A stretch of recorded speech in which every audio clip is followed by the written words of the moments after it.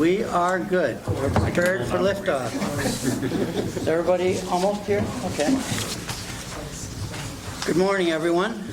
It is Tuesday, January 28, 2025, and we're having meeting number 541 at the Holiday Inn Resort in Lake George. No reporting on the ice will be given that I know of. We have a quorum? We do. We have a quorum. Thank you.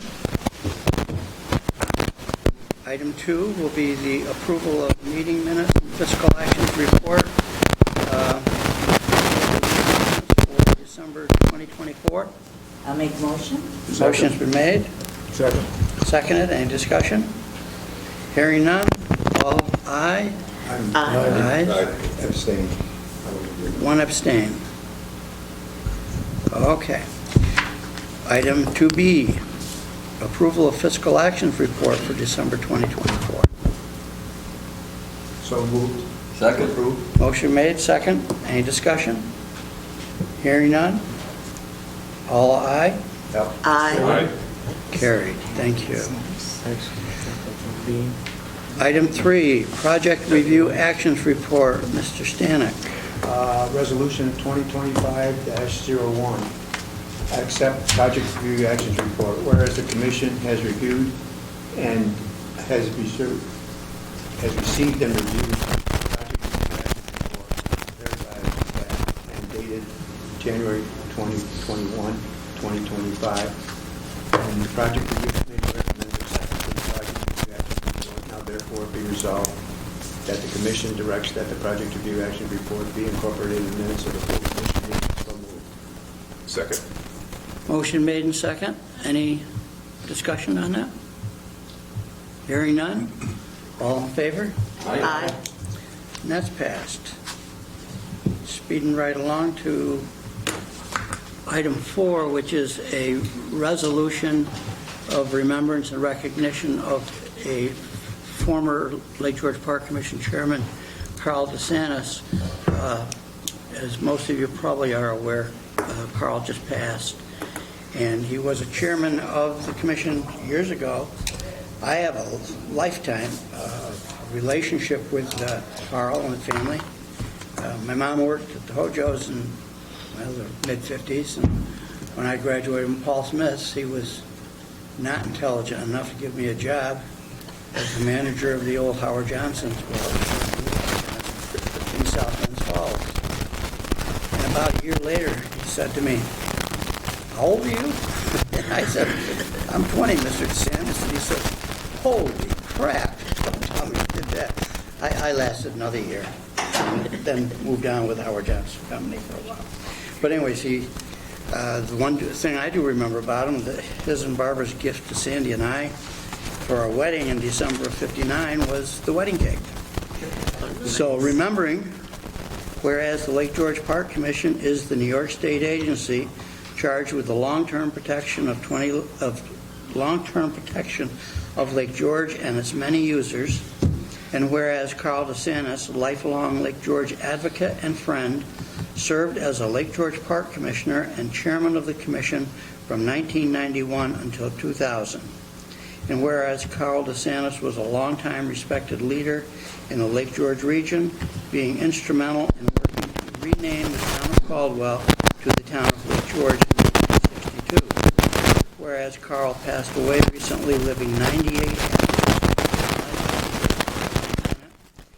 Whereas in his 10 years as chairman of the commission, Carl's recommendations to the creation of many of the fully regulatory and programmatic solutions, including stormwater management, wastewater protection, dock and marina regulations, and the overall administration of the commission and legislative agencies. And now, therefore, be resolved, the Lake George Park Commission Board of Commissioners and staff provide honor and acknowledge the significant accomplishments that Carl DeSantis has achieved in his tenure at the commission, and also resolved that Carl's legacy as chairman and as a local conservation leader shall forever be recognized as an excellent example of partnerships between state and local government and for lake protection overall. And all in favor of that? So we can move it? Hearing no nays, we will adopt that resolution as Resolution 2025-06. Carl's family is aware of this resolution. I talked to his son Joe yesterday, and I'll deliver a personal copy to him for the family. We'll get you a nicer copy of this. Thank you. Okay. Now we can move on to algae proposal. David, do you want to introduce our noted speaker on that subject? Sure will. Fan favorite Dr. Jeremy here today to kind of give us an update. As you recall, I believe it was our December meeting, maybe November, where he came and discussed the idea behind kind of a comprehensive overall proposal looking at different benthic algae in Lake Shore. So Jeremy and Sandra have worked together since that time to refine and hone that proposal. It's something I think Jeremy is ready to present today, and we think it's better. Hey, thanks for the introduction. I've got a PowerPoint, but if it doesn't work, I don't need it.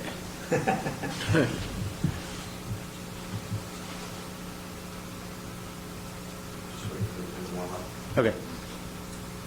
And we appreciate Jeremy coming here today because we do have a class at this time, right, down at RPI?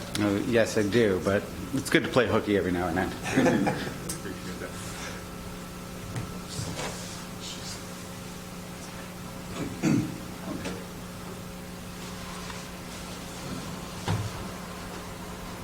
You're going to need a PowerPoint.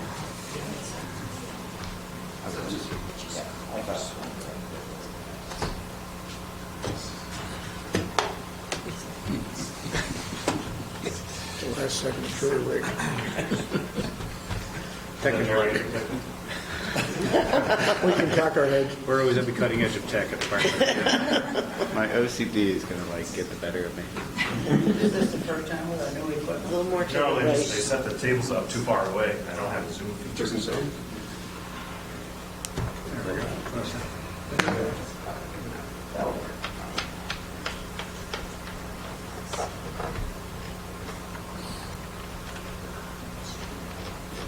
Everybody took their That'll work fine. That's We good. just don't That's have to There you just turn our go. heads. Excellent. Like dogs. All right, so all that for PowerPoint that you've basically already seen.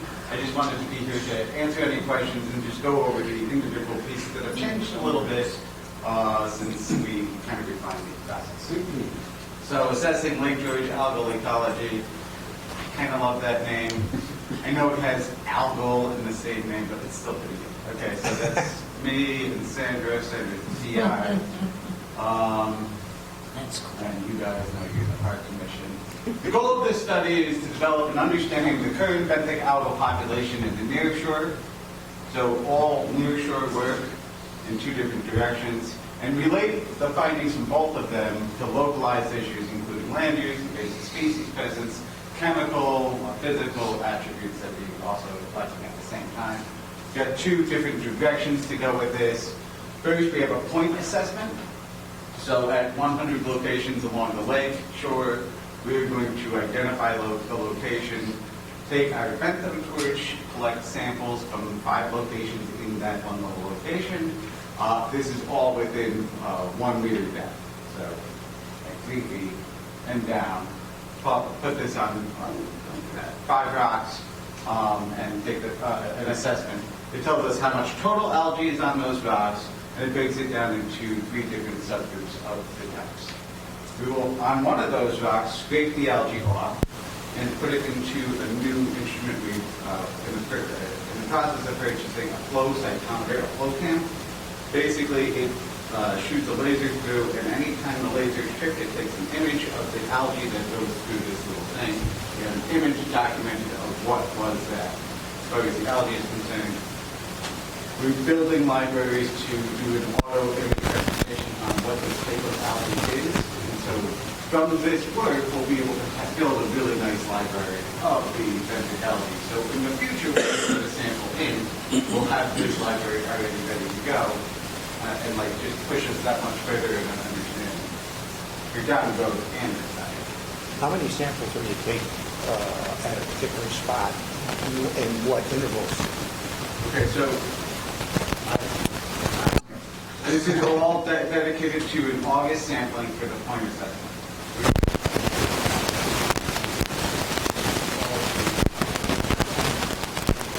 So the benefit for which the board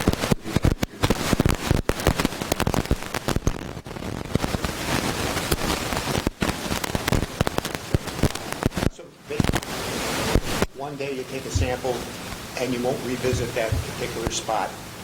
this is part of the Study. The study. Yep. There is also part of the study, later put it in the final proposal.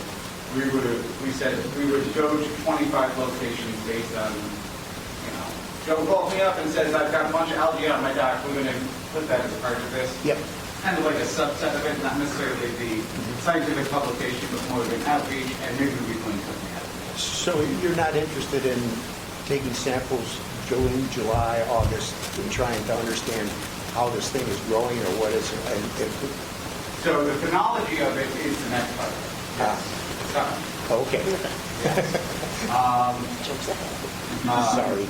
No, that's okay. But this part is just a one-time snapshot to get like an overview of what the new environment is. Yep. We also have a YSI sound with a whole bunch of different measurements taken at each of these locations. We already talked with the LGA about maybe adding some additional sensor work. They have some additional sensors. We'll see if that works out. Hopefully some optical resolution, which just kind of can. If we're out there, we want to get as much information. We'll also take a physical sample of the nutrients, put those nutrients into this model that will be built based on this data set. We'll have now biological data that will group up into interesting groups, like this is the type of algae that's listed here, and try to predict what those groups are based on the chemical and the physical observations that we say. How close are we to an invasive species? How close are we to some nutrient source, be it a stream or a broken septic system or whatever it is? So that's kind of the overall goal of the model.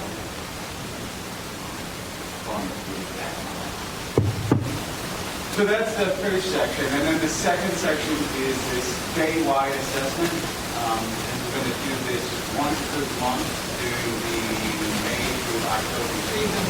So we will drive a boat over the lake bottom, trying to maintain a specific distance from the bottom, and taking video surveys. Three-level model identify specifically from the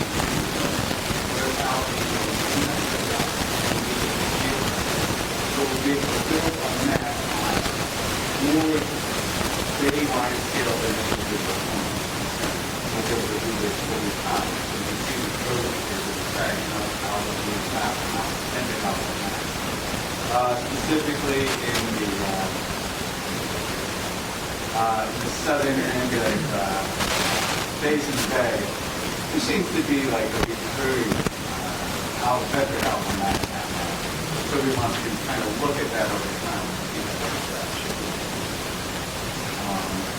We did talk to Dave and company, and they said, well, we're out there seeing better caliber mats all the time when we're doing a follow-up swim on the milfoil work, and could you come out and do those days as well? And on a one-time basis in those 5 other locations we would do that. Broaden that direction. So that is what we propose. Maybe we can do a final report, we can do a presentation at the Fire Commission, and the other do a public presentation at our summer meeting last year. And that's that. Okay, question. One question did come in, and we defrayed the cost by using Fire Commission boats. A little afraid of tinkering with the video system, moving it from one boat to another, and that could get messy. Plus, the scheduling is a little off, so I'm not sure we can really drive the fence down by putting Do you have any fears about going close to shore with a lower unit? Yes. I have tremendous fear. And so in it, I was pretty specific about, like, we wouldn't go less than 1 meter, 1.5 meters, something something that would work. Because I don't really want to make our vote or your vote. Yeah. Jeremy, are you open to any suggestions to study other bays? Sure, yeah, yeah. Which bed? Cook Bay. Okay. Cook Bay, yeah. Yeah. That could certainly be a one-time thing, and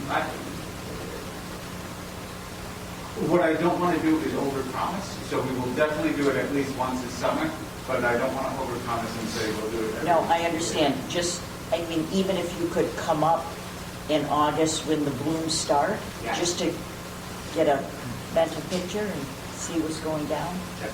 Thank you. Yeah, of course, yeah. I better write that down now. Now, don't worry, I'll let you know. There's a problem. I'll remind you. Thank you. Chairman, what would happen to Lake George if you didn't exist and we didn't exist? Good question. Me not existing is not a big deal. You people do a lot of really good work in protecting the lake. Me, I'm just saying, oh, there's a problem here, there's not, whatever. Where would algae accumulate based on the growth and life of Lake George residencies, et cetera? And if it was not, what happens on a lake that doesn't have the controls and the monitoring that we have? Or the regulations. I mean, they have the regulations. If you look at Saratoga Lake, not a great scenario, lots of algal and lots of it's a different lake. It's just mesotroph in general. I don't want to.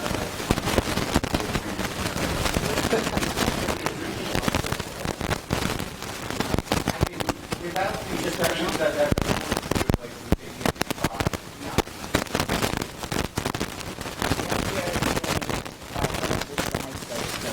Where you're going to correlate maybe findings, what's upland or what factors may influence the different types of algal growth in the lake, which is something that I've been trying to work on and do things about for 15 years.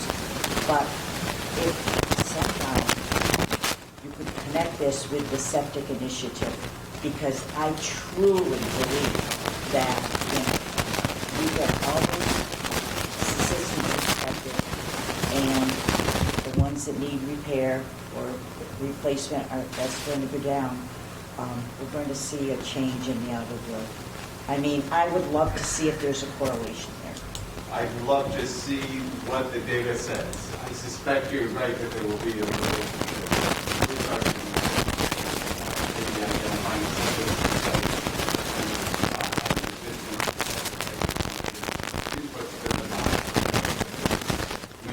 I don't know. I suspect you're right, but I don't know. No, we don't, but it would be nice to see if they're... That's a longer range. Oh, yeah, it is, down the line. I mean, we've only done 38% of it. Systems on there, so creeping along, and it's working. Well, are you done? Yeah. How global is that question? Tough audience. I mean, doing all your sampling, are we got the report? You know. We look forward to it, Jamie. So just to follow up on this whole idea, right? So we talked 2 years ago about making sure that the commission's action were as closely aligned to scientific study as we could. So we embarked upon the Assemble project last year, $50,000 project. It's on our website. That took all of the history of studies and data that RPI and other groups had kind of compiled over the years and took kind of just an overall snapshot of what it was that would help the commission look into other issues and topics that we wanted to maybe get ahead of, right? So one of the primary issues that all of us in this room get phone calls on are, man, why is there so much more algae than there used to be? And anecdotally, we all think that, but we can't in any way collectively quantify that to be the case. We all think it's true. It's probably knowingly true in other areas. So the hope here is when we're doing work with Darren Freshwater, we always have an eye towards management at the end, right? So academic work for that sole purpose is Darren Freshwater's position and purpose. That's not where the commission resides. We reside in the management and regulation side of it. So knowing this, we're always working with Jeremy and Sandra to get towards that. So we're hoping at the end, you can't tell anything in 1 year, right? There's no trend to be followed, as Kathy suggests, but I think ultimately what we're going to be hoping for is that when Jeremy and Sandra come out with their outcomes, we will see that either the algae populations are ubiquitous throughout the lake regardless of development or not, or they're not, right? So I think everybody collectively, internally thinks that, yeah, Huddle Bay is a bit of a mess because of the wastewater treatment plant and all the development in that area, while the Narrows are absolutely beautiful, which isn't always the case perfectly. So we're hoping for that kind of a correlation, Jeremy. Just wanted to hammer that point home, that at the end of the day, the science is good, but how it affects the commission's and our partners' abilities to ultimately manage Lake George is critical for us. Try to put a management spin wherever Right. possible. Yep. If it's possible. Yeah. We will. Yeah. But it needs to be done distinctly, because some of the studies that were done years and years ago were colored with the fact that it had political conclusions at the end, which messed up, it really clouded the science. Let's keep the science clean, and then we'll jump to reasons and causes and effects and ways to deal with them. So, Yeah. If there's management to be done, that's fine. I'm not trying to take it into it. no, I'm not casting aspersion on you at all. I just think we need to keep them separate. Well, and I see this as kind of an evolution where we're going to do the same thing in the following years in some short period of time to compare where we're going and what impact anything, actions that we took. It seems like if we set this up correctly this year, that's why I wanted to take my time to do it right. Right. That Yeah. it would be a worthy revisit. Yep. Super, thank you. Thank you. Good. Appreciate it. Thank you. Thank you. Thanks, sir. Good job.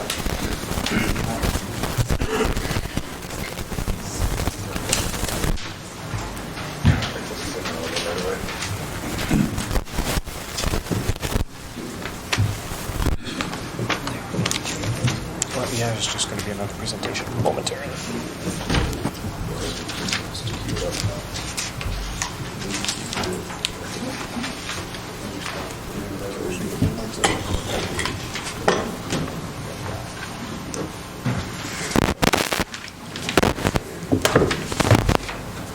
And with that, we have a resolution, 2025-02. Do you have that, Uncle Joe? Yep. The proposal for Durham Freshwater Institute Lakewide Algae Study. Whereas RPI's Durham Freshwater Institute, DFWI, has been the leading academic institution studying Lake George for many decades. And whereas in its efforts to protect Lake George, the Lake George Park Commission has defined a need to ensure a full understanding of the state of the science on all relevant topics that help the agency fulfill its mission. And whereas the commission, scientific organizations, and the general public have noted changes in the Lake George algae community over time, which is the primary indicator of Lake George health and potential human impacts to the lake's ecology, and the following detailed discussions on this topic, the commission has determined that it is in the interest of Lake George for the agency to contract with Durham Freshwater Institute to conduct a thorough review of the algae communities throughout the lake by funding a proposal titled Assessing Lake George Algae Ecology, algae, for the cost of $83,500. Now therefore be resolved, the Lake George Park Commission hereby approves the funding for Durham Freshwater Institute algae proposal and authorize the executive director to take all actions necessary to finalize an agreement for services and to work with Durham Freshwater Institute on the project advancement and completion prior to March 31st, 2026. So moved. Second? Motion's made, motion second. Any discussion? Hearing none, all in favor? Aye. Aye. And that motion is passed. Thank you very much. We'll note just one quick thing. So we have our level of approval. Albany also has to approve it. Since we are sole sourcing this to RPI and Durham Freshwater Institute, Albany has to do a thorough review of that and the cost of it. So we expect a positive outcome like we had last time, but just wanted to give the commissioners a heads up that if for some reason we do run into a snag in Albany, we may have to revisit it. But we hope not. Thank you. And it marches on. Excuse me.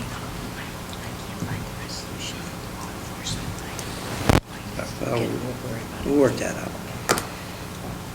Item 6, presentation from the Lake George Land Conservancy Dave, you want to do the introductions on this? Yeah, thank you, absolutely.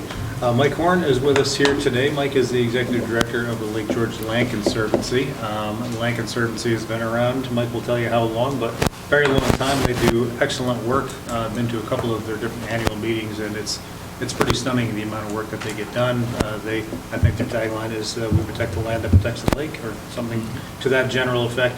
Mike's been on here for, I don't even know how long. 3 years. A couple of years, 3 years. Which is awesome. Very open, welcoming. We've had great conversations, which is excellent. So I asked Mike to come and talk about the great work that the Land Conservancy is doing, give you guys a chance to ask some questions, and we appreciate you coming. Thank We you. have slides with us? Okay, Thank you. we can.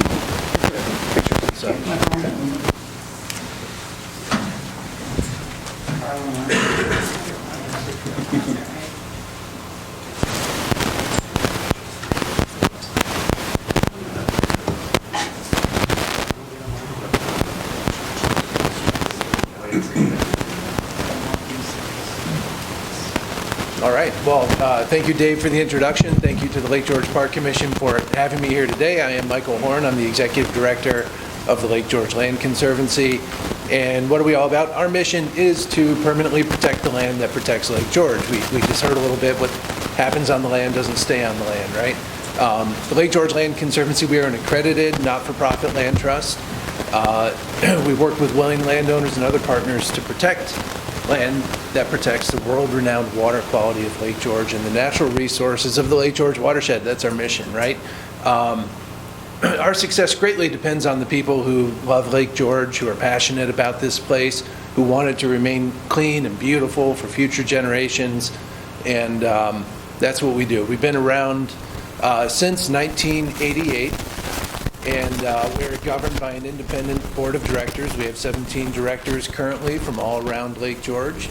There's a variety of communities, right? And we want that diversity of representation to help guide our work. I mentioned that we're an accredited land trust. What that means is we're certified by the Land Trust Accreditation Commission. It means that we meet the highest standards for operational excellence and governance, as well as conservation permanence.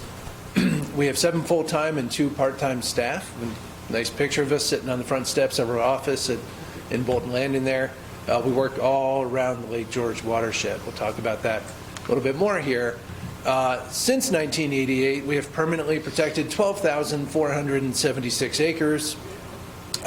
That's about equivalent to 10% of the land in the entire watershed. That includes over 7.5 miles of shoreline, more than 20 miles of stream corridor, 780 acres of wetlands. We're currently stewarding about 5,800 acres of that permanently protected land. The difference between what we've protected and what we're stewarding is land that we've conveyed to New York State over the years. We haven't done that in over 15 years now, but that used to be a model that was followed quite a bit. Cat and Thomas Mountain, Pole Hill Pond, Berry Pond, you can see these on the map. I'll point that out in a second. We've spent well over $30 million on permanent land protection over the years, and we currently own or manage 13 public parks and preserves that have over 40 miles of trails, so that's a real asset to residents and visitors alike. On this map on the right, I know it's a little bit hard to see. I'm going to start with the sort of pale green. Those are the big areas that are New York State land. There's a brighter green. Those are New York State properties that the LGLC originally protected and conveyed to New York State. I already spoke about some of those. Then you see ones in orange. Those are properties that we currently own, and there's sort of another color on there, which are conservation easements, which are privately held, but we've permanently protected. And so you can see the distribution of our work around the watershed. You'll recognize the outline of the watershed. You also notice there's a whole lot of land that isn't protected, right? So there's work yet to do. So why does this matter? Travel and Leisure last year rated Lake George the cleanest lake in the United States. I thought was really interesting what I pointed to with the little yellow arrow there. This New York lake is fed by mountain streams and sits close to its source, 2 factors that keep it from being polluted. In addition, a large portion of Lake George's deep blue waters are surrounded by protected old-growth forests and backed by the Adirondack Mountains. I think they gloss over a few details there, but it's Travel and Leisure, not a science magazine, right?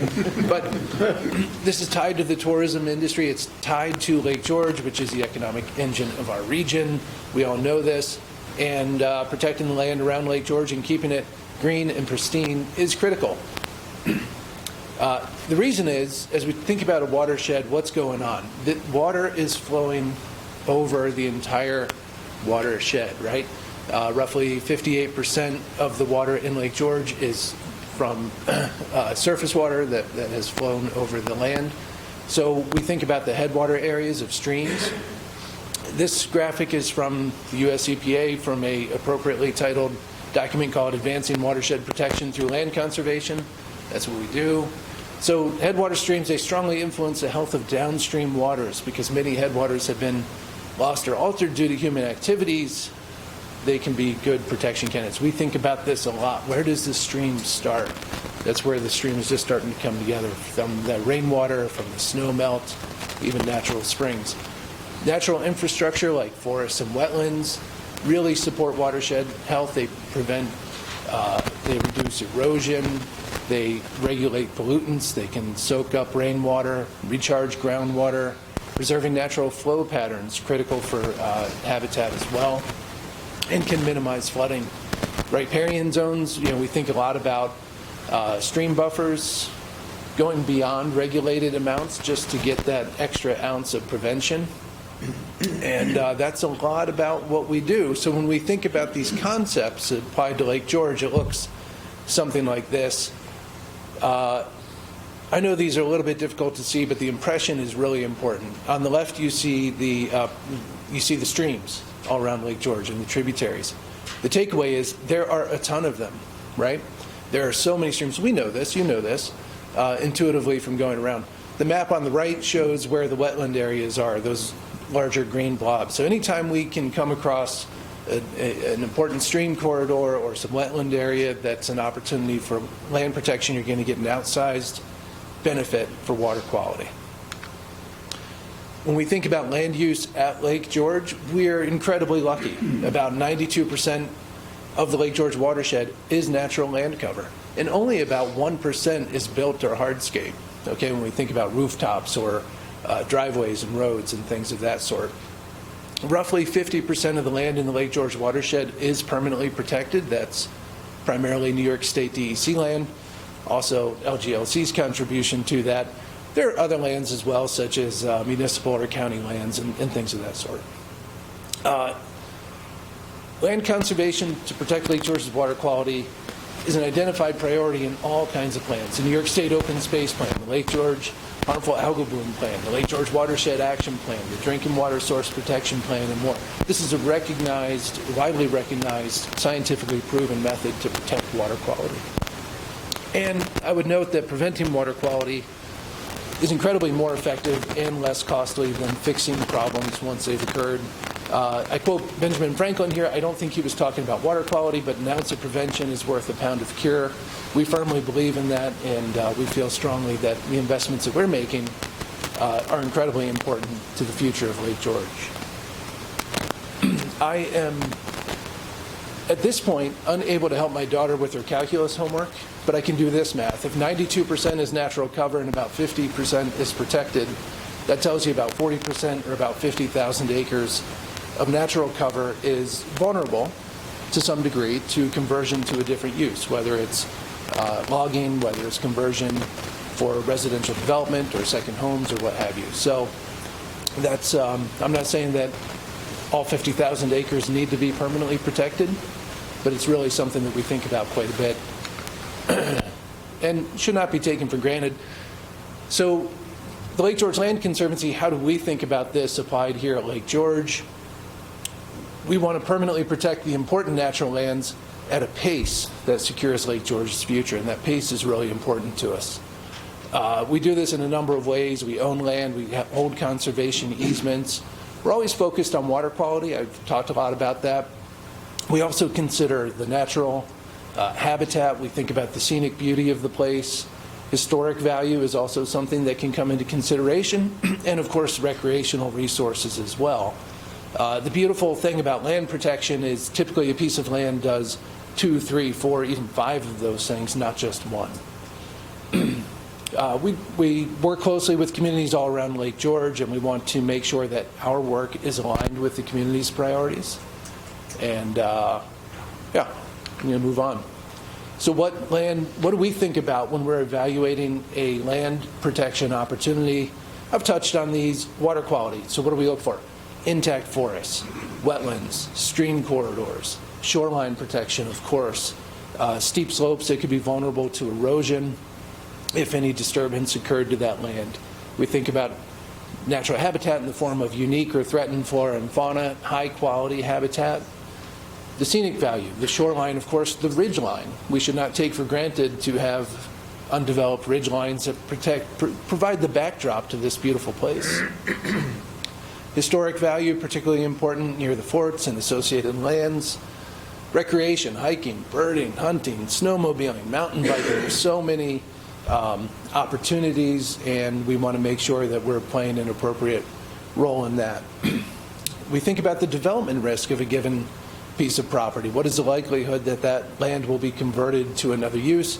I would say here at Lake George, we see incredible investments in development in unlikely places.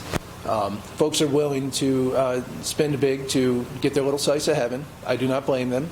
But that means that we can't simply assume, well, there's some wetland there, or that would be expensive to put a driveway to. That's not going to happen. We've fallen for that before, so we try not to fall for it again. And then proximity to protected lands. Really larger interconnected areas of land protection are incredibly powerful for water quality and for natural habitat for plants and animals. Once we've protected land, we need to take care of it. We do not take that lightly. We take it extremely seriously. We get out to all of our properties multiple times per year, checking the perimeters, checking for any issues, whether they're, trespassing issues or something, or they could be natural changes to the land and something we want to keep an eye on that leads to management. So we have a little picture of Hemlock Woolly Adelgid here in the middle. We have a picture on the bottom of part of our shoreline washed out at one of our shoreline properties. We get to work and we fix them when we can. Hemlock Woolly Adelgid is a real threat to the watershed. Other invasives come through. Those are big, challenging, hairy problems that we try to get into. We partner with others around the lake. We certainly get to work on our own land, so I could tell you we have 2 properties where Hemlock Woolly Adelgid has shown up, and we're proactively managing those, treating trees, etc. Managing trails, I've talked about that. On the right-hand side, I think hopefully you know and love some of our trails around the lake. And then education and outreach. It's really important that we make sure we get the good word out about the work we're doing and the benefits of land protection for water quality and for Lake George. We have all kinds of events throughout the year, hike-a-thon, Amy's Adventure Race, Summer Solstice. We have a Living Lands education series. We have a discovery series where we partner with the naturalists up yonder who get out to our properties and lead some guided hikes. We have some other guided hikes, so on and so forth, and get out and talk to folks like I am doing today. So thank you for that opportunity. Simply put, if folks aren't aware of it, they're not going to support it. So we want to make sure people understand what we're up to. That is what I have. I know I went quick. I would be glad to entertain any questions, and that's it. Mike, do you know of any regulations or anything where property owners take down a number of trees? It's not a land disturbance type of thing, but there's no effort to kind of deal with the water runoff as a result of destroying or taking down the trees. So we're not really an advocacy organization. We're not really a watchdog organization. So I'm not too much of an expert on what the regulations are. We're more interested in saying, you have an amazing piece of land, sir. Would you be interested in permanently protecting this so those types of issues don't happen? That's typically our approach. So there are certainly best practices on forest management. I'm not particularly aware of, not saying there aren't, but it's really not my area of expertise. Mike, you mentioned that maybe in the last 15 years, you guys haven't transferred any properties to the state. Is that like a whole shift in the model, or what happened there? Yeah, so change happens, right? I think changes in administration within New York State, certainly the economic crisis of 2007 to 2009 had a big impact on how New York State was thinking about taking on land. As our organization sort of was staring into that, we said we need to think differently about how we do this. That is still a model that certain conservation organizations apply. So think of OSI or the Nature Conservancy. They still work on these very large tracts, say somewhere in the Adirondacks, and they're trying to convey them. You might see them pop up in the news. We're simply not following that anymore. We are looking to hold on to the conservation interests that we take on. We actually think that the diversity of ownership is valuable in management decisions. What I mean by that is any land that New York State holds is bound by the state constitution and the Adirondack Park rules, right? We have a little bit more flexibility in what we can do. We haven't exercised that in any meaningful way, but we think over time that could prove to be helpful to have that diversity of options. I wouldn't say that we never entertain that, but we've been looking to hold on to these interests. We do utilize New York State grant programs, which have really grown over the past decade or so. So we're able to leverage up the generous donations that we get from public support in the form of New York State grants as well as some foundation grants, and that amplifies our work. So there's support still from the state, but it's just a different model. Yeah.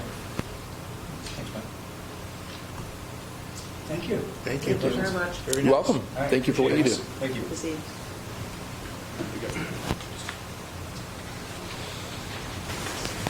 great picture. Yeah. We need to plan another movie.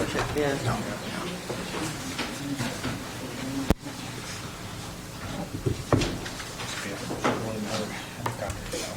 Who's your next purchase?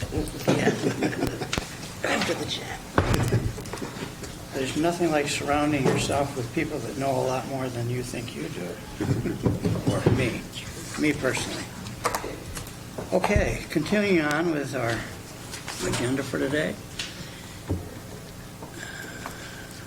Application number 7, dock relocation, Bill Carafonda on Cleverdale Road. Randy, this is your project. Yes, thank you, Mr. Chairman. Yep, the applicant has asked to put in an application to relocate his existing dock and move it northward along the shoreline to provide a larger berthing space between him and his neighbor, so he can get his boat in there along the boat lift.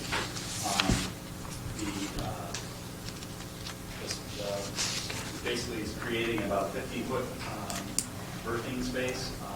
We did receive several comments from the neighboring property. The staff discussed this in-house, and we decided to bring this to the board. This is not a variance application, it's just a regular application. But based on the comments, we thought it appropriate to bring it to the board for a decision. And with that, I ask Mr. Carafonda to step up to the microphone and talk a little bit more about his project, a little bit more about that.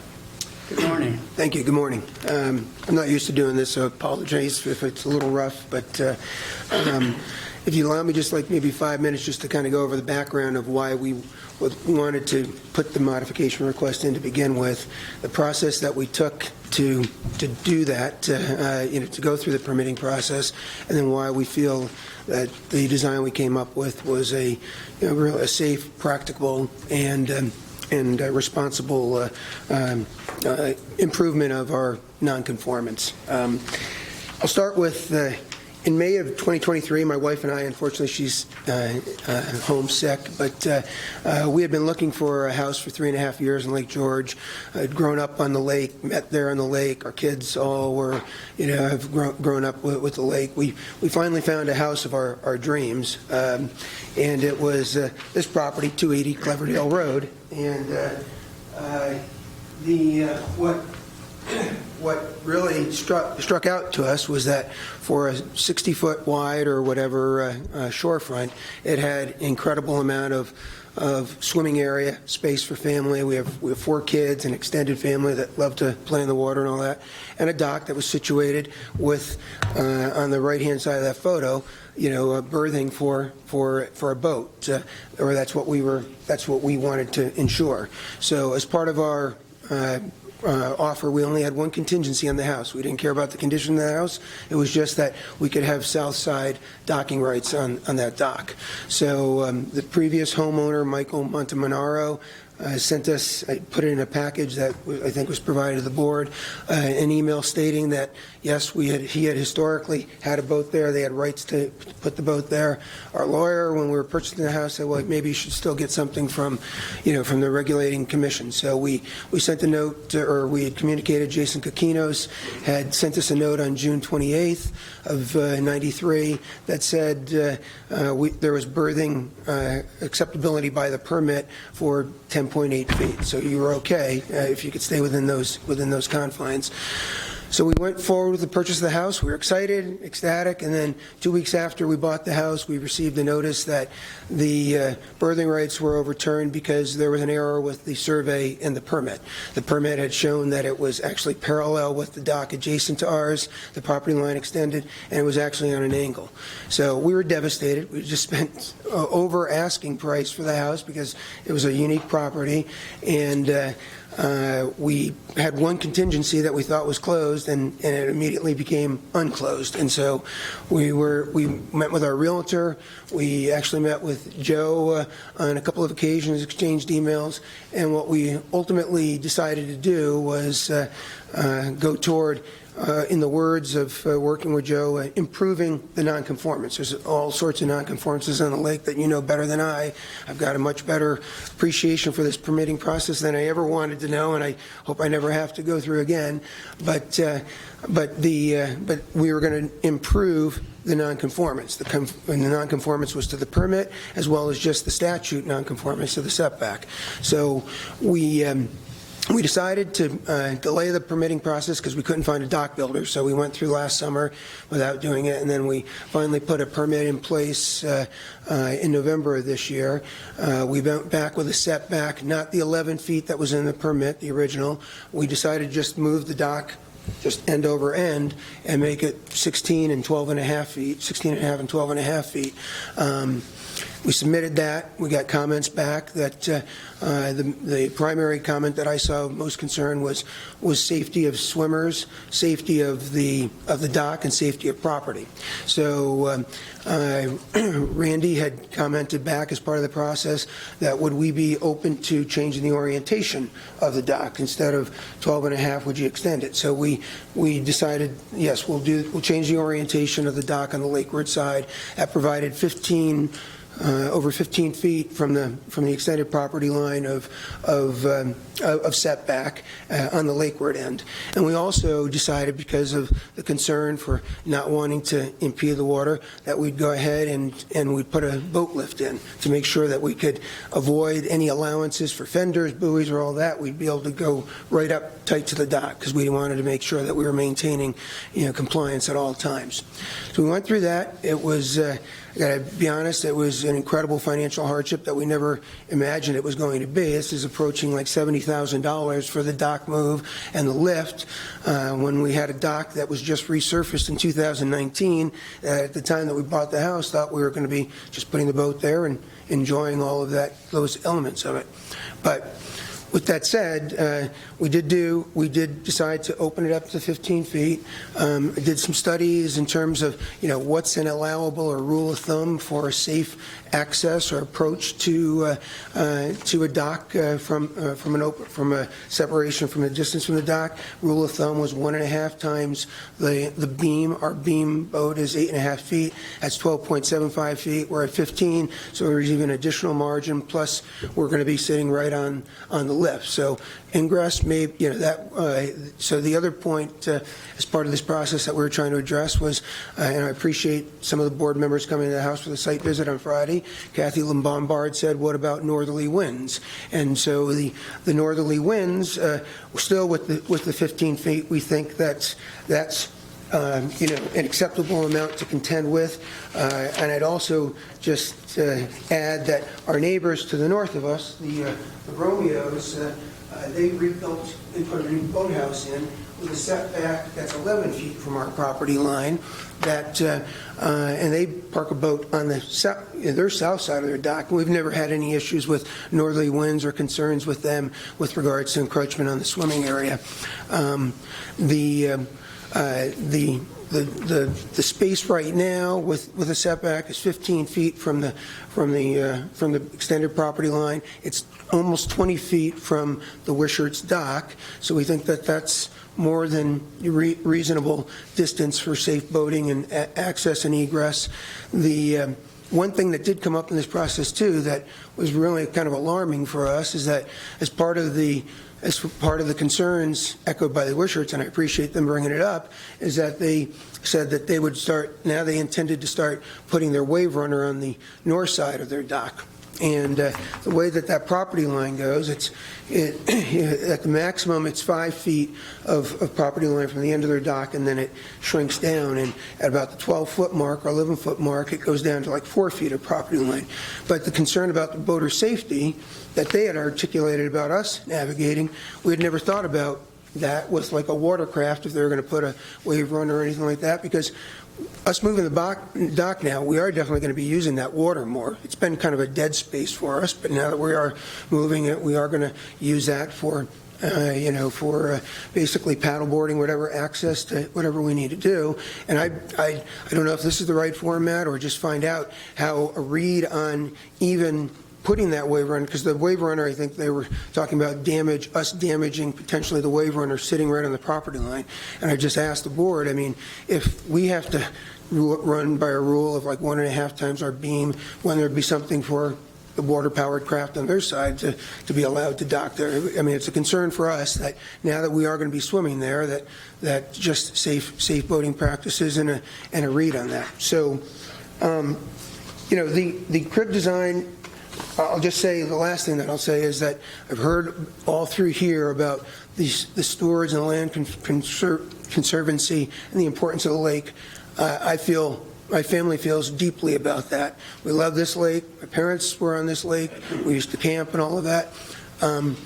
It kills me that I'm going to have to pay $70,000 to do this move, but I do appreciate the fact that now with our new design, it's going to be an open crib design. It's going to decrease or discourage the vegetation growth because of the flows through the new open crib design. So I can rally behind that because I'm not doing this for me. I'm doing this for my kids. My kids we call this our bribery house. We have 4 kids that we want them to come back and visit. So far it's working. They come back to ski and swim, and so it's for lifetimes to come. And we just want to, we want to get this right. We want it to be formally documented.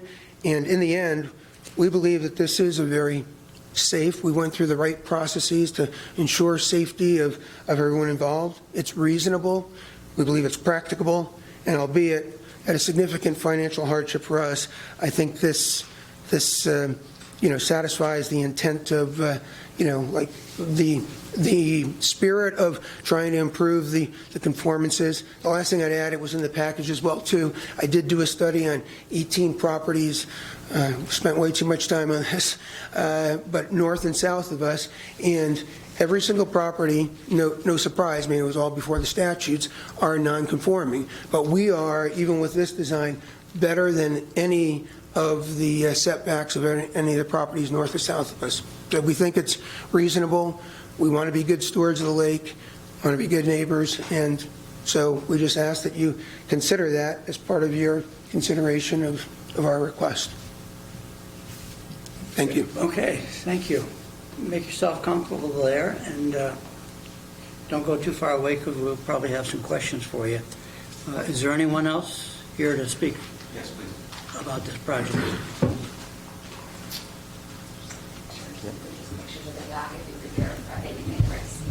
Thank you. Good morning. I'm Al Wishart.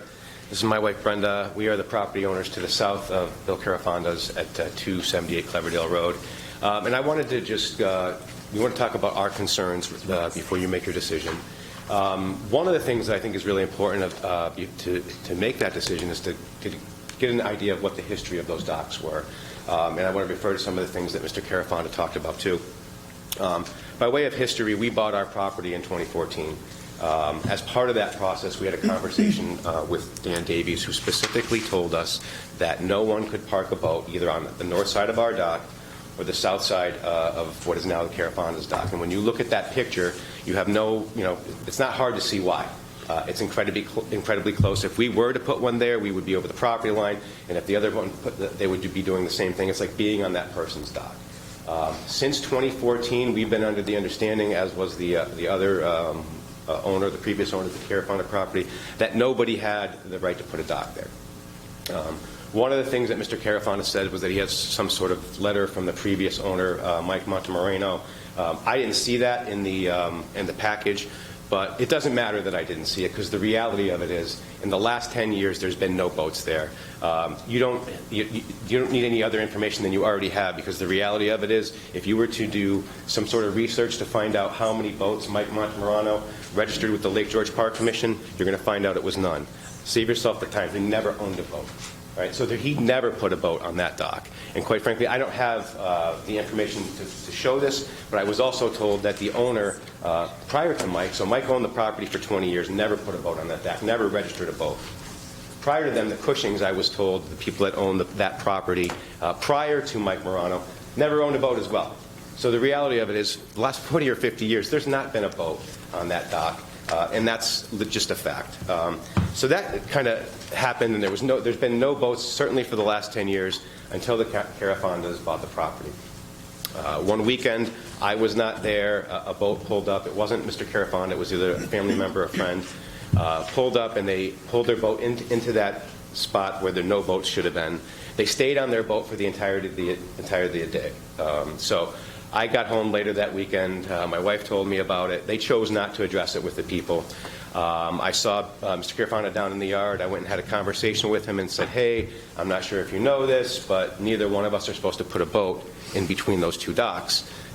He got irritated and aggressive and began to tell me his side of the story and how things were going to be, and that he had it in writing from the Lake George Park Commission and Dan Davies, not specifically Dan Davies, but Davies and Davies in general.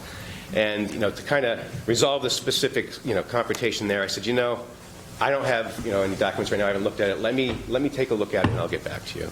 So I did some research, went back to my documents, what I had, kind of reiterated what I thought was right. I reached out to the Lake George Park Commission. I conversed with Joe Thuin, provided him with a land survey that was drawn up that showed the docks, and asked him, how is this possible that he has something in writing from the Lake George Park Commission? Joe looked at it, did some measurements, did some calculations, and provided us back an email that he provided to the Carafondas as well that said, you are right. Nobody can get, a full-size, regular-size 8-foot beam boat on either side of that property line. So no one can put a full-size boat. And so that happened. I'm assuming that Mr. Carafonda got that information as well. So there was kind of like this cold shoulder between us for the next, a week or so, 2 weeks, I think it was. And then we had a text or a call from Mr. Carafonda, and I don't remember which it was, saying, hey, we'd like to talk to you about the dock. Great, come on over. We figured, you know what, we'll put that first initial, uncomfortableness behind us. We don't want any confrontation. He came over to our kitchen, sat in our kitchen, went through the whole conversation that he just went through, explaining how it was the only contingency in his purchase and things like that, and how he was unhappy. He was threatening to sue the Lake George Park Commission and Davies and Davies. And so at the end of it, he said that, I realized that I don't have a legal right to put a boat there, so he admits that. He started to ask us, if we would do just to be neighborly, to allow him to park a boat in there. We said no 2 or 3 times and said, it's about privacy and it's about safety for us. It's not about, trying to be difficult.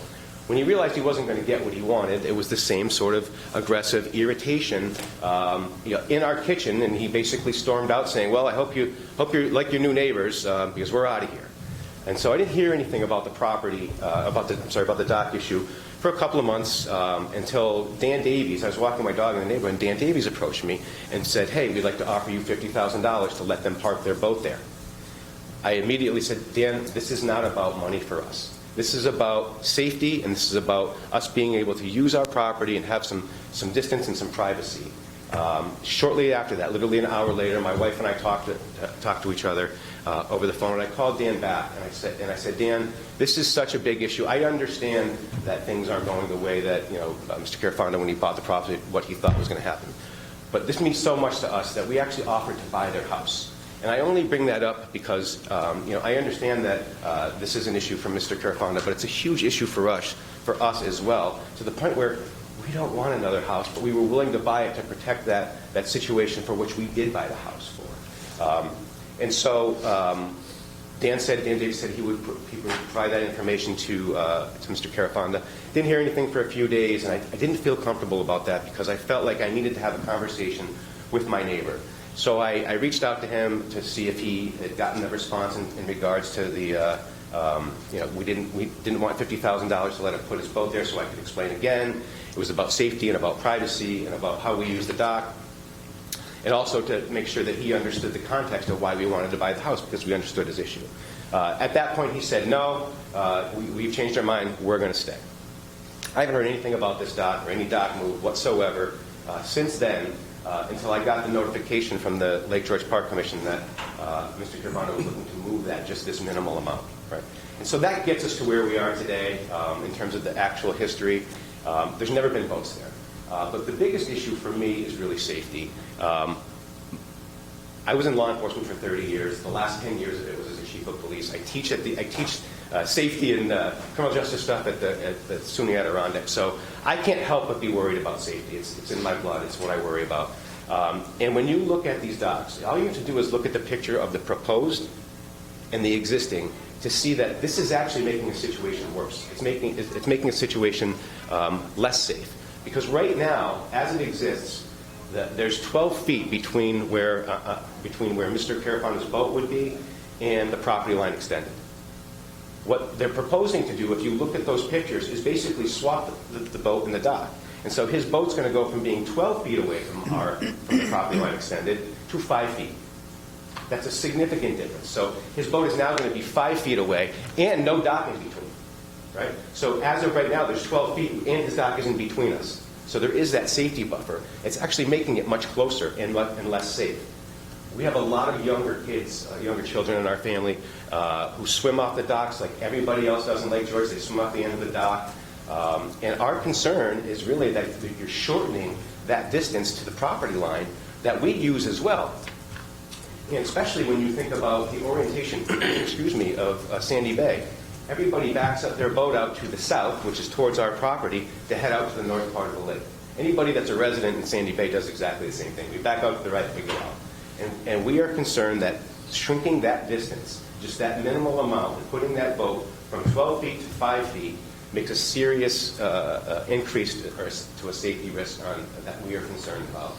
We believe that it's very reasonable. What we're asking is that they move that boat dock over to ensure safety. It provides safety to us. We think it's a reasonable ask, and that's really the biggest safety issue that I'm concerned about and worried about. And we also don't want this to be contentious in any way, shape, or form. And that's a piece of it that I think my wife would like to address.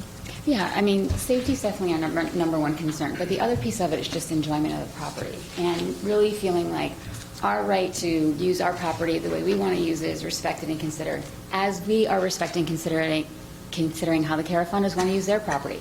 The docks are so close, it's as if their guests are our guests, and it doesn't really need to be that way, especially given how much land we have and how much land they have. Just to provide a little context, we two met here. Al and I met here when we were 17 years old in the Northwest Bay. We have spent every summer on this lake since, either in part or full. We got married in the village. We had our wedding reception on the water. It was a lifelong dream to buy this house, and we did in 2014. And since then, we've raised our son. We've shared the property with elderly parents whose health is failing. We've shared it with our family. But part of the enjoyment is we've had exceptionally good relationships with our neighbors, with every single one of them until the Carafandos moved in. We hang out with some of them on a regular basis. Others we let use the lake rights when their grandkids are there, the kayaks, the waters, so that when their grandkids are there, they have access to the lake. Others we share a property line with. It's friendly. We talk about fencing issues, landscaping issues, and it's amicable. And those decisions between property owners are made together and mutually respectful and considered. And we just don't feel that that's been the situation with the Carafandos since they moved in. when Mr. Carafana came, they had their friends park in between. We were there. It's as if, I could step into their boat from our dock. That's how close it is with the boat park there. It's like their visitors were our visitors. And when he came to talk to us that day, he goes, well, I had him park on the south side of the dock, even though there was no one on the north side of the dock, because I don't want our view of the lake to be obstructed, and I don't want our swimming area to be obstructed. So when we get a boat, we're going to park it there. We want to park it there, too. So basically what he was saying is, I don't want my view to be obstructed, and I don't want my swimming area to be obstructed, but I'm okay with yours being obstructed, and that's why we're asking you to walk here, to park here. I just can't imagine going home after this meeting, your spouse says, oh, the new neighbors stopped by, and they want to park in front of our property instead of theirs, so their view isn't obstructed, but it was okay that ours would be obstructed. It just seems very insensitive. So in any event, we were glad when things quieted down, and then obviously they, things kind of heated back up. But I guess I would just say this. They have a lot of boat traffic back and forth. That's their prerogative. They can have as many visitors as they want. All we're saying is that moving it over the minimal amount is just another indication of this being viewed only through their lens. We're not saying don't move the dock. I think it's a great idea to move the dock. If we bought a house and thought we could park on both sides and we couldn't, we would want to move the dock too. But we move it over to the center of our property, which is where our boat dock is, our neighbor's boat dock. If it's in the center, there's safety for all, there's privacy and enjoyment for all. It would be the Romeo's dock, and then, a third of the way down their dock, and then another third our dock. It would be all evenly spaced. If the board approves the permit the way that it is, it really puts their use and enjoyment of their property and their safety above ours. We're not saying don't approve it. We're just saying, why not just have them move it either to the north side so they have a lot of distance between theirs and Romeo's, or even to the center. That way we all have some space, we all have some privacy, and most importantly, there are not safety issues. This has caused an enormous amount of stress for us. I mean, this is like our safe haven. This is the place that we go. Al's teaching now full time. We spend a lot of time there.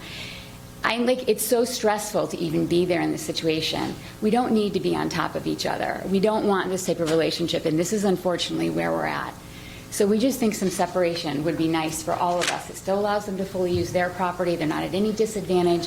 It allows us to use our property. And with regard to putting the jet ski, it's not a hill we're going to die on. We said we'd put it there so it would protect our dock. It doesn't need to be there. The point of the matter is we're willing to make an accommodation. We would just ask that the board ask them to move it to the center of the property so we all get some right to privacy. We don't need to be on top of each other so that they maximize their swimming area and their view at the expense of ours. So that's how we feel, and thank you for allowing us to speak.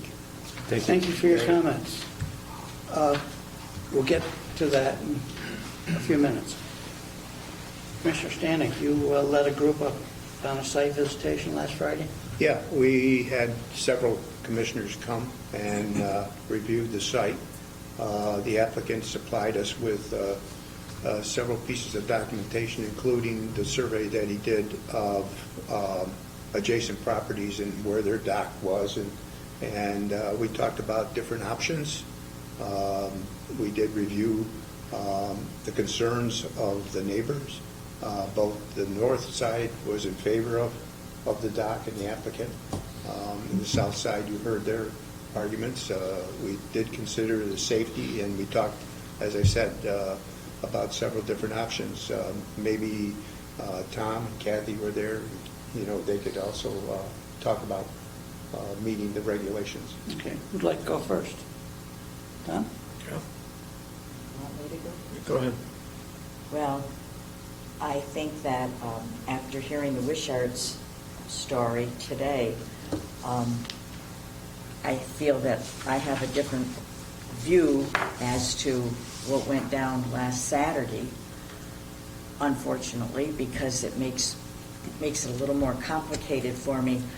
But one of the things that I had mentioned earlier, and I had mentioned last Saturday, was the view. And our initial response was to bring it over to the north, the dock to the north, a few more feet.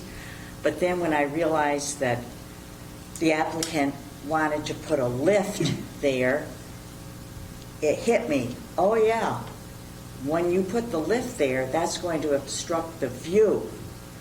So trust me, I own property on Lake George, and I know what that means, obstructing your view, and it can be a very sensitive and very delicate subject. what the applicant proposes to do is right within the regulations, and he is truly making the dock, better. But personally, I feel it would be nice to move it another few more feet to the north, but legally, the applicant doesn't have to. That's the end of me. Tom? I'll echo some of what Kathy said. I certainly understand the original problem. Moving the dock to the north a few feet should, in my mind, alleviate the safety concerns, especially with the lift that's being provided. If there was no lift there, I can understand that safety might be more of a concern. I do not see visibility or visual issues as a major component of this, of the concerns of either party, to be honest with you. Personally, I'd love to see it moved a few more feet to the north, as Kathy alludes to, but legally, we cannot demand that. So I'm in support of the application as is, although I would support a few more feet to the north if the applicant would be willing to do that. Were you there, Bill? Bill? I was there as well, and it's kind of funny because prior to the site visit, I shared some of that opinion. I wrote a little thing to myself about, wouldn't it be great to get it fully compliant if they're applying for a variance? But I was mistaken. It's not a variance application, and the site visit in this case was worth everything to me. I saw how the dock to the south is far closer to the property line than the applicant's dock already. And they're willing to improve on a setback problem that they're, by moving the dock over, is less for mooring protection. I think I have the right word. Well, I think it's double negatives and everything, but, and that's a good thing. So whenever, so that does make it within their rights to do on the one hand, and in addition to that, it does improve it. There's no question about it in my mind. And being at the site, I decided, no, they've only got 60 feet of land. This is a legal dock on a 60-foot lot that's improving on the compliance. So I'm in favor of it as it stands. I don't even want them to move it more necessarily. It's their enjoyment of their own property. And we should note that when you raised your issue, I asked counsel to offer us some advice, which she has, as she regularly does. Yeah. And Kathy was also... I just want to add one thing. Everybody has identified thoughts that were in my mind relative to the visit on Friday, and there is a legal right as presented, as I understand it, and part of what we all do on Lake George is we want it to be the best, and we all want our kids to come back and enjoy it the way we did. And it would, as Bill and others have noted, it would be a great opportunity to move it just a little bit, totally conforming, and for the future, never an issue.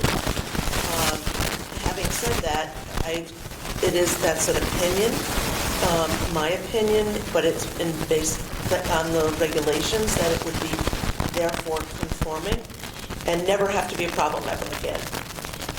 Unfortunately, or fortunately, one side or the other, I think that we've reviewed everything possible relative to the regulations and see that it is improving a non-conforming to be more conforming.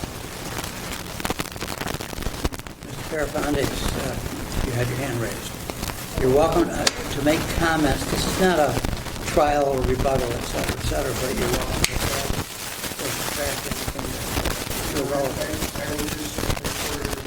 Would you hang on just a second?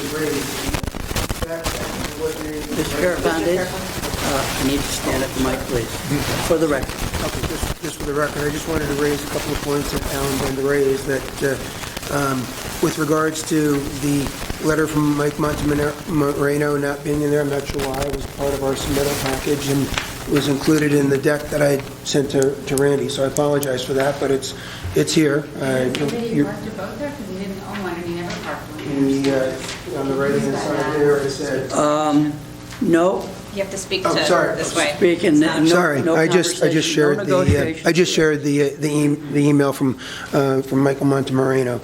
The 5.5-foot setback is actually 8.5 foot, because the 5.5 was when we were talking the 12.5. It's now going, it's actually, with the 15-foot setback, it's now an 8.5-foot buffer instead of the 5.5-foot buffer. That was originally our first proposal, because we did modify that.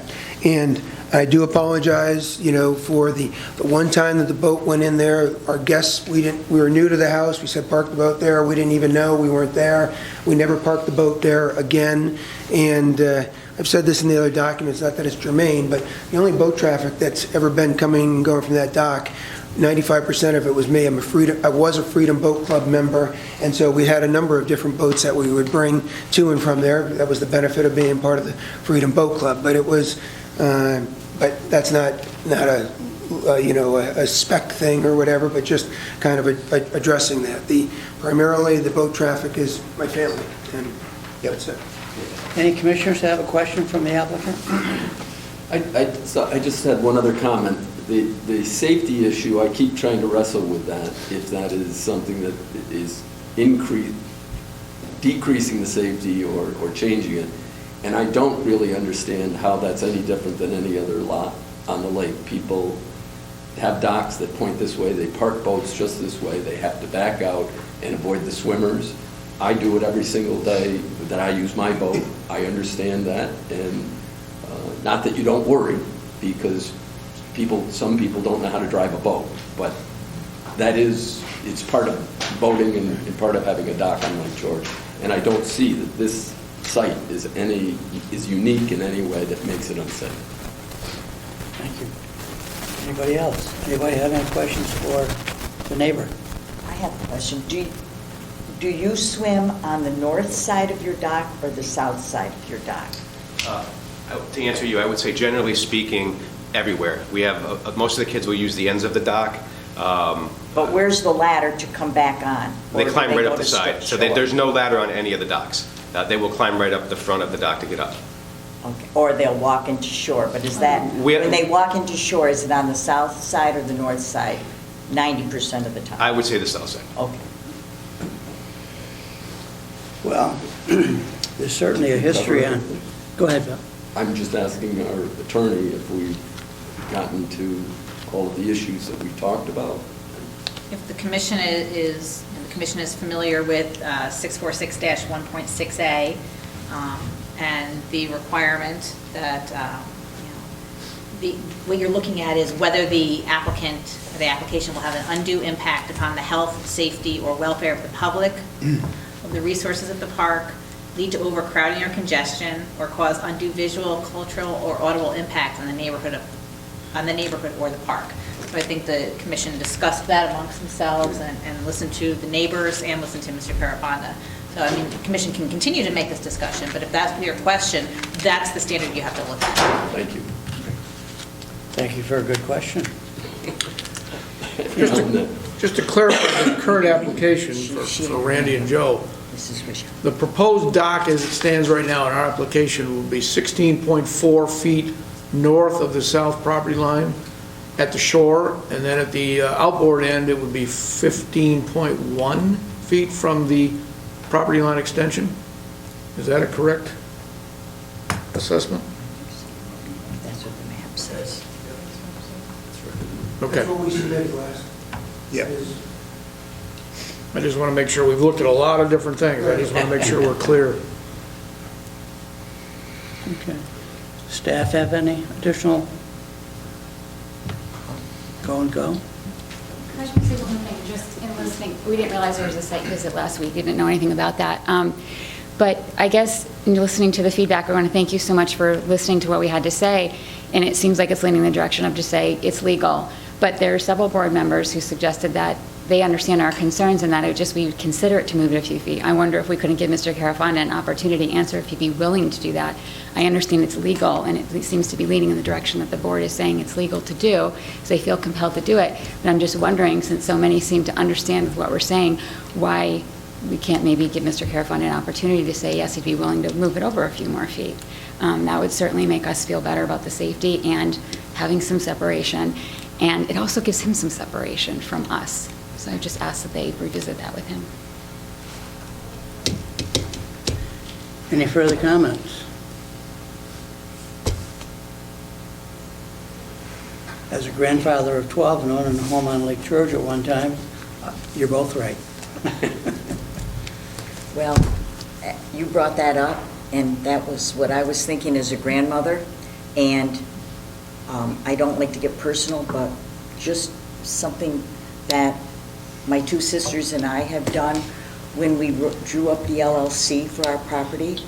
We have 7 children among the 3 of us and grandchildren. And we literally spent hours with the attorney turning over every single stone to make sure that when that property is passed on, those kids aren't going to have any issues to deal with. That's one of the reasons why I felt that putting it in total compliance would be probably in the long run a good thing to do for your offspring and their families. That's just my humble opinion. Okay. Do you want us to vote on your application as presented? All right. Joe, we have a resolution? Yeah, Resolution 2025-03. Applicant approve the dock application. Application number DWM 2430139. Applicant is William Carfanda. Whereas the applicant has applied to relocate an existing dock, moving it 6.8 feet north along the shoreline and 8.5 north of the lakeward end, and add a boat lift. The Lake George Park Commission has reviewed the application, supporting documents, comments received, and other information which appears in the record. And the Commission has made a determination pursuant to 6 NY CRR 645-3.6 and the State Environmental Quality Review Act 6 NY CRR 617.5 that the project is a Type 2 action and does not require further review of potential impacts pursuant to this act. And whereas the action is a minor project pursuant to 6 NY CRR 645-5.3, and whereas the Commission finds the project will have no adverse impact on the health, safety, or welfare of the public, the environment, or the resources of the park, will not alter the essential character of the area in which it is proposed, will not lead to congestion in the park, will not have an undue visual, cultural, or audible impact on the neighborhood or the park. Now therefore be resolved, the Lake George Park Commission hereby approves the application as proposed. So moved. Motion's made. Second. Second. Any further discussion on the motion? All in favor? With yea? Aye. Any nays? Hearing none. Resolution 2025-03 is passed. Thank you. Thank you, everybody, for your participation. Item number 8, Lake George Recreational Use Study. As many of you are aware, the Park Commission completed what we considered a necessary recreation study in 2005. We then completed an additional one in 2015. The reason for the study is locates for us where the boats are, where the boat traffic is, where the growth is, where the non-growth is, just a lot of information that we use that helps us make decisions. So it was our decision that we should take our 2015 one and upgrade it to a 2025 rec study. And we interviewed 2 contractors who were qualified to do the legwork, et cetera, to give us the information to create this study. And we have a resolution 2025-04 having selected the Studio A, which is a local firm, and to do the work for us. David, you have any additional weight you want to add to that? No, it's a very good summary. I think just important for people to know that there will be a public involvement process through this. So if it's approved today by the board, we have to get approval ultimately by Albany. But assuming that moves forward, the contractor will come on board fairly quickly. The chairman will establish a committee, and we'll have regular updates at our meetings. But importantly, we want to ensure as best as possible that we get this topic out to the public, and the public has the opportunity to be involved and engaged. And so Studio A, working with Tracy Clothier, who is largely responsible for the 15 study, will be holding different workshops, going to town board meetings, and getting the public's sentiments and interests. We're going to be looking at a couple of specific issues that have come up recently on Lake George. So it will be a very open and transparent process, and we hope to have the results of this study by the end of '25. That you know, you don't need to make any additional comments? Very good summary. How'd I know that, right? Do we have a resolution, Joe? Resolution, recreational use study, Resolution 2025-04. Whereas the Lake George Park Commission is established by Article 43 of the Environmental Conservation Law to preserve and protect the unique natural and scenic resources of Lake George and to promote the safety and enjoyable use of the lake. And whereas in year 2025, the Commission intends to perform a detailed assessment of water-based recreational trends and impacts in order to assemble relevant data to evaluate the current conditions on the lake in regard to congestion and overuse, and to frame recommendations for future actions. And whereas this effort will be the third in a series of formal recreational use studies every 10 years that began with the first in 2005 study. And whereas to begin the process, the Commission prepared and distributed a request for qualifications for consulting services to prepare a water-based recreational management plan, which was distributed to several relevant firms, and in response to the request, formal submittals were received from 2 qualified firms and distributed to the members of an ad hoc recreational committee of the Commission. And whereas on January 15th, the ad hoc committee members met and interviewed these firms, and Studio A in Saratoga was determined to be preferred firm based on the depth of combined skills, experience with the Commission in previous efforts, reasonableness of cost, and past performance. Now therefore be resolved, the Lake George Park Commission hereby authorizes the executive director to enter in the agency into a contract with Studio A for this project at a cost not to exceed $50,000, and to engage immediately upon contract with this firm and to begin an important project. So moved. Second. Motion made, motion second. Any further discussion on that? All in favor? Aye. Any nays? And that resolution is carried, and the chair notes your Stein Erikson look this morning with the red turtleneck and the Norwegian sweater there. Item 9, Law Enforcement Committee report. We got one of those? We do. The Law Enforcement Committee met at 9 o'clock this morning, and Lieutenant Joe Johns presided, and his agenda started with equipment and new motors have been installed on patrol boat number 106, and it's nice that we can have a nice working agreement and reciprocity with with the DEC. Our mechanic Chris is helping them with the DEC with Yamaha motors on one of their boats. And one of the things we talked about was the DEC will be installing 3 new fuel stations around the state, and of course one of them will be on Green Island, but unfortunately it won't be in operation this summer.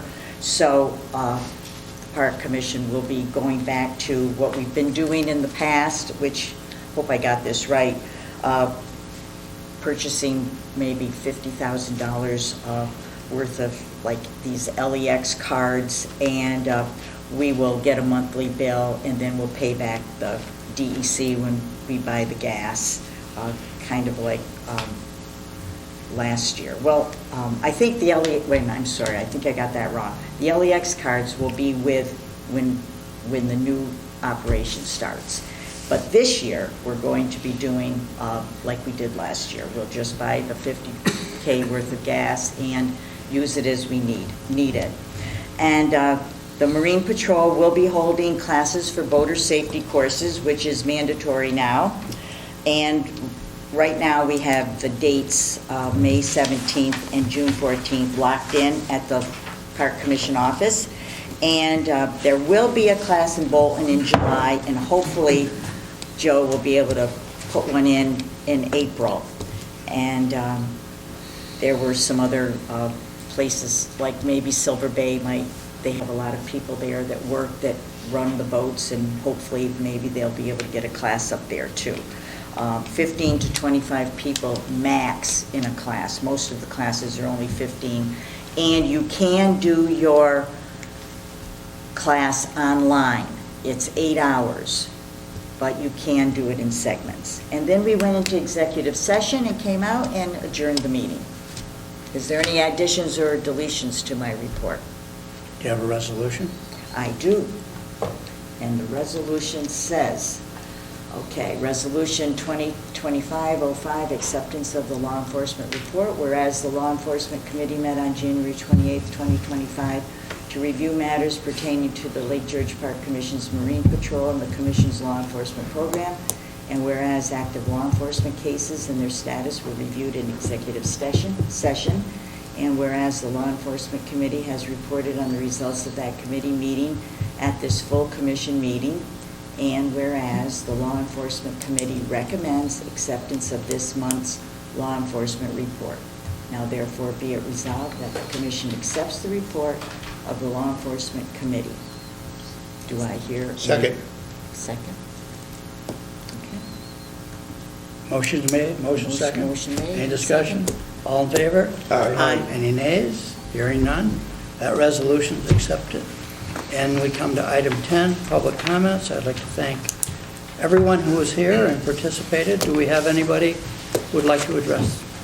Yes, sir. Sorry. Hi, my name is David Hartman. I'm a resident of Assembly Point, and I'm also an engineer with Lake George Water Systems, a water treatment filter company. The problem with talking about water and water quality, one of the things is so many lake owners use the water on the lake for their drinking water. It's something I find over and over and over. People aren't maintaining their UV systems, and I brought a display with me. People are welcome to look at it. I'd like to address this more, but I just wanted to start a conversation. The darkest one back there, that was the one that prompted me to start trying to create some traction. That was a home on Assembly Point of some very elderly people. The house had been professionally maintained for its entire existence. And they just didn't know about sleeves. People go in and change bulbs. The maintenance company wasn't replacing their sleeve. For surface water use on Lake George, the UV light is key. It's a very important piece of equipment for Giardia bacteria type diseases.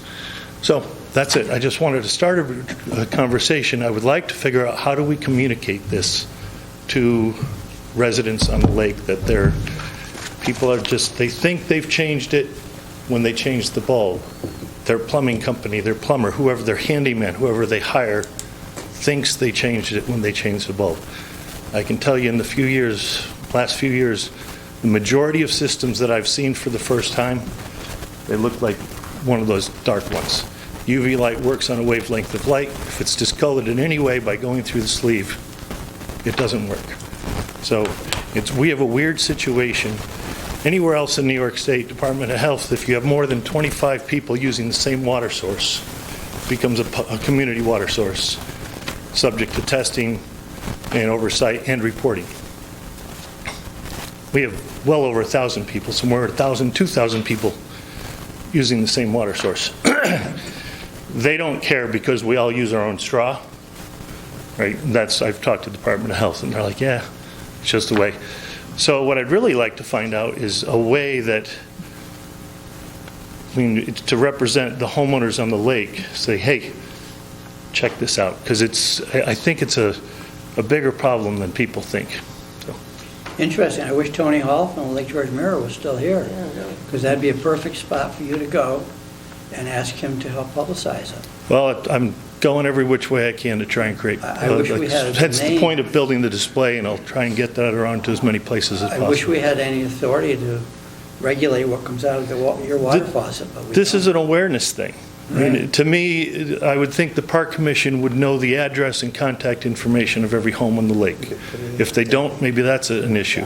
I'd also think it would be worthy of collecting the information. When I say there's 1,000 homes, no idea. There's, 2,800 private properties, some number use Diamond Point, Lake George, Bolton, Ticonderoga. And then some people still use wells, which I install this. It's generally not a good idea if you're using well water and you're on the lake. The lake water's so much better. But it would seem to be in the public interest. And I hear if I take a floating classroom ride, we care, hey, it's drinking water, we need to protect it. You're like, yeah, but you're not sharing the information with the people that need it. So that's what I'm really looking for here is some sort of messaging and stuff. Hey, if you're using lake water, it would be good. I would like the Park Commission to know, so there was data to know how many homes are using it.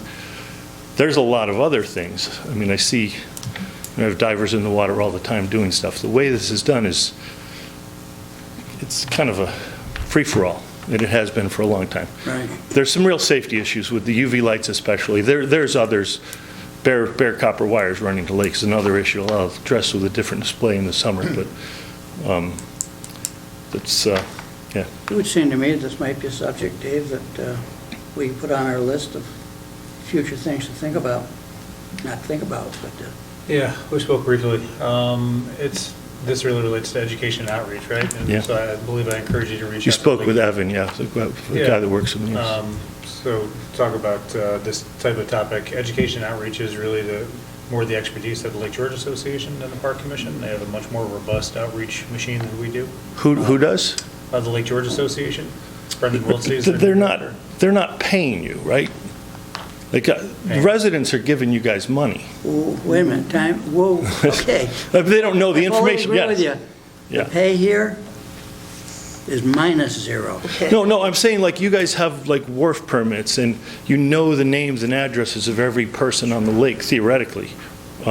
That's the content. Like you can send them a message saying, hey, if you're using lake water, these are the precautions.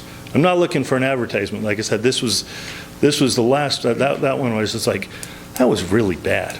I've had Giardia. It's not fun, but I lived through it. I mean, it's tough on, if you're not in great health, it can be tough on you. Sure. Have you gone to any of the communities? Because they send out tax bills.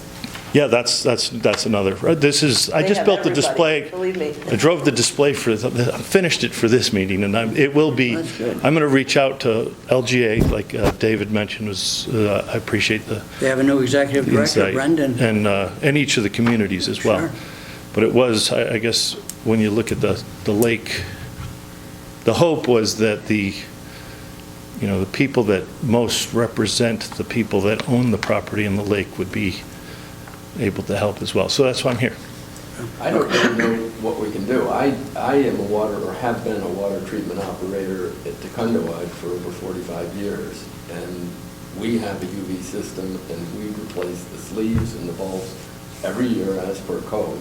And I know exactly what you're talking about. People with a residence are not regulated, and it's a problem. Their vendor who sells them the bulbs, this is absurd, Yeah. that they're not changing the sleeves, because, of course, how can this work without either cleaning them once a year or in checking them, which that's what we would do, or replace them? One of the big manufacturers has recently gone to a combo unit where you can't do one or the other. But nobody has that. That just came out this year. That's something for the future. But because it is a serious problem. It's a real problem, which we're not going to solve overnight, but you're right, it's an education problem, and I think we all get behind it. So I'm open to any ideas. I appreciate the ones Okay. Dave shared with us on a phone call earlier or a few weeks ago. But if anyone wants to look or ask questions, I'm around. Come back to us with the Thank you. progress. We will. Thank you. Okay, thank you. It's nice to know. Anybody else? No one else? Hearing no one else. Move to adjourn. Second that. All in favor? Aye. All against?